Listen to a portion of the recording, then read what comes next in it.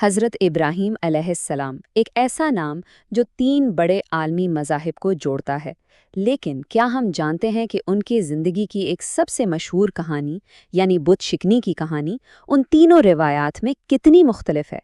آئیے اس دلچسپ فرق کو سمجھتے ہیں۔ آج کی ہماری یہ ساری گفتگو اور یہ جو گہرا تجزیہ ہے، یہ تقابلی مذاہب کے ماہر انجینئر عبدالرحمن محمود کی تحقیق پر مبنی ہے۔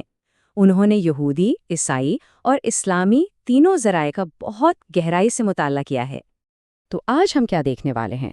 سب سے پہلے ہم حضرت ابراہیم کی مشترکہ حیثیت کو سمجھیں گے، پھر قرآن اور یہودی روایات میں اس کہانی کو دیکھیں گے، اس کے بعد بائبل میں اس کی غیر موجودگی پر بات کریں گے، اور آخر میں ان سب کا موازنہ کریں گے۔ تو چلیں شروع کرتے ہیں اس عظیم شخصیت سے جنہیں ابراہیم، ابراہام یا ابراہام کے نام سے جانا جاتا ہے، اور دیکھتے ہیں کہ ان کے ایمان کی پہلی بڑی آزمائش کیا تھی۔ دیکھیں، یہودیت ہو، عیسائیت ہو یا اسلام، تینوں ہی حضرت ابراہیم کو توحید کے علمبردار کے طور پر مانتے ہیں۔ ایک خدا پر ان کا پختہ یقین ہی ان کی سب سے بڑی پہچان ہے۔ لیکن سوال یہ ہے کہ جب بات آتی ہے ان کے بت پرستی کو چیلنج کرنے والے مشہور واقعے کی، تو وہ کہانی کیسے سنائی جاتی ہے؟ اچھا، یہیں سے چیزیں دلچسپ ہونا شروع ہوتی ہیں۔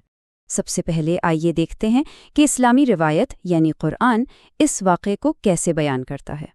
قرآن مجید میں یہ واقعہ بہت واضح اور براہ راست انداز میں بیان کیا گیا ہے۔ سورۃ الانبیاء کی آیت 58 میں ذکر ہے، بس اس نے ان سب کو ٹکڑے ٹکڑے کر دیا سوائے ان کے سب سے بڑے بت کے۔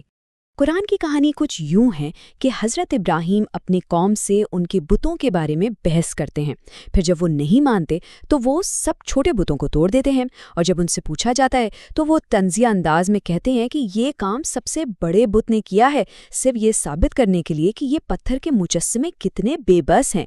اس کی سزا میں انہیں آگ میں پھینکا جاتا ہے، لیکن اللہ کے حکم سے آگ ان کے لیے ٹھنڈی اور سلامتی والی بن جاتی ہے۔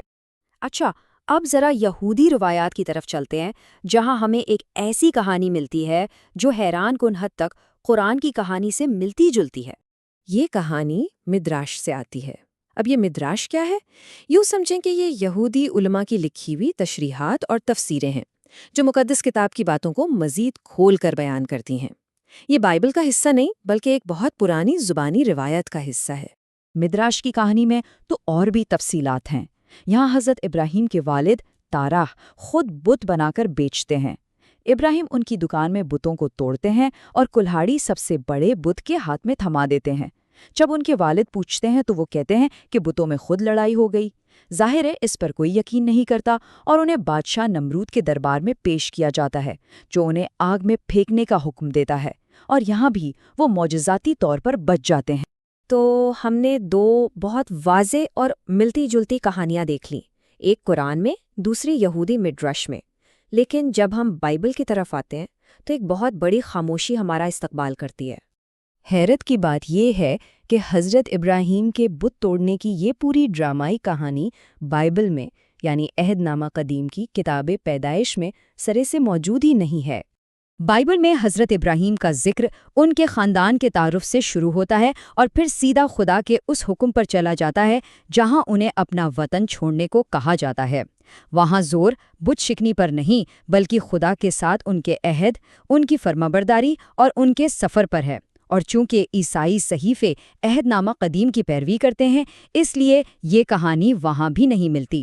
تو اب ان تینوں روایات کو ایک ساتھ رکھ کر دیکھتے ہیں کہ آخر ماجرا کیا ہے۔ جب ہم ان تینوں کو ساتھ رکھتے ہیں تو تصویر کیسی بنتی ہے؟ 2 روایات میں کہانی ہے، ایک میں نہیں۔ اس سے ہمیں ہر مذہب کی اپنی ترجیحات کا اندازہ ہوتا ہے۔ یہ ٹیبل دیکھیں، فرق کتنا واضح ہے۔ بت پرستی کو چیلنج کرنا قرآن میں بھی ہے، مدراش میں بھی ہے، بائبل میں نہیں۔ بتوں کو توڑنا قرآن اور مدراش میں ہے، بائبل میں نہیں۔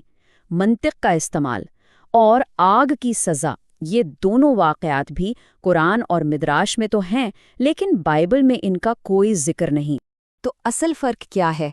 فرق ہے توجہ کا۔